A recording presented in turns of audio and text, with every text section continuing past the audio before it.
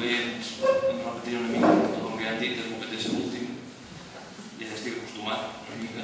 Però bé, a part d'això em presentava un repte difícil, i més en aquests dies, que és intentar transmetre sense caure en els tòpics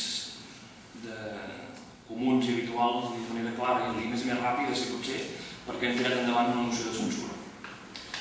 M'ha semblat el millor i el més correcte intentar fer de la mateixa manera que han fet ells també una mica de cronologia de tot plegat per intentar explicar-vos i que entengueu o no per què hem arribat fins aquí.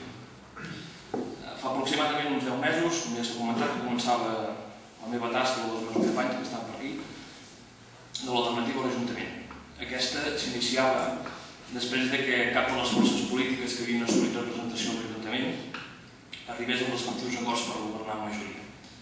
Crec que és important posar èmfasi en el que he dit, en cap de les forces polítiques, perquè tant Xerès que nosaltres tres no ens vam posar d'acord, no ens vam entendre, com que CiU, que havien adquirit públicament el compromís d'obrir negociacions, en tant que havien estat la llista més votada, i tot i necessitar només un regidor, tampoc van saber arribar a cap més acord amb ningú.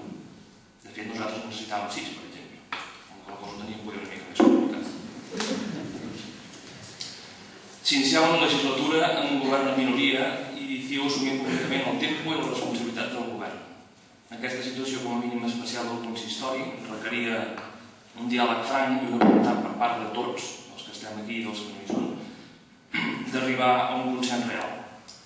Segurament tots, com ja hem dit també, hem tingut la nostra part de culpa en aquest procés. Crec que ningú ha de fugir de la seva responsabilitat.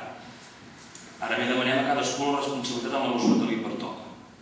Així doncs, i des del nostre punt de vista, aquells que hem d'entomar el cor, per dir-ho d'alguna manera, en major mesura són aquells que lliurement van reclamar la responsabilitat del govern, aquells que després de consensuar un post, com ha comentat en Carles, s'abstenen en la votació, aquells que en algun ple municipal i en alguna reunió també ens han escridassat senzillament per opinar quelcom diferent allò que pensaven ells, aquells que han retardat les aplicacions dels acords dels plens, aquells que han anat dient que l'oposició parava els seus projectes. Evidentment, jo no tinc, i crec que els que estem aquí tampoc, que això sigui agafar la responsabilitat de res. Carregar els neulers als altres quan abans de començar ja sabies el que pensaven no porta enlloc. O és que ara ningú sabia què opinàvem els tres grups que som aquí al POM i la piscina, em sembla que va quedar suficientment clar en la campanya. No era lògic pensar que calia ser curós i estar responsablement obert als canvis que proposàvem aquells que teníem la majoria de vots en comptes d'escridassar-nos? Doncs qui diu com qui diu aquell, doncs va ser que no. No ha sigut així.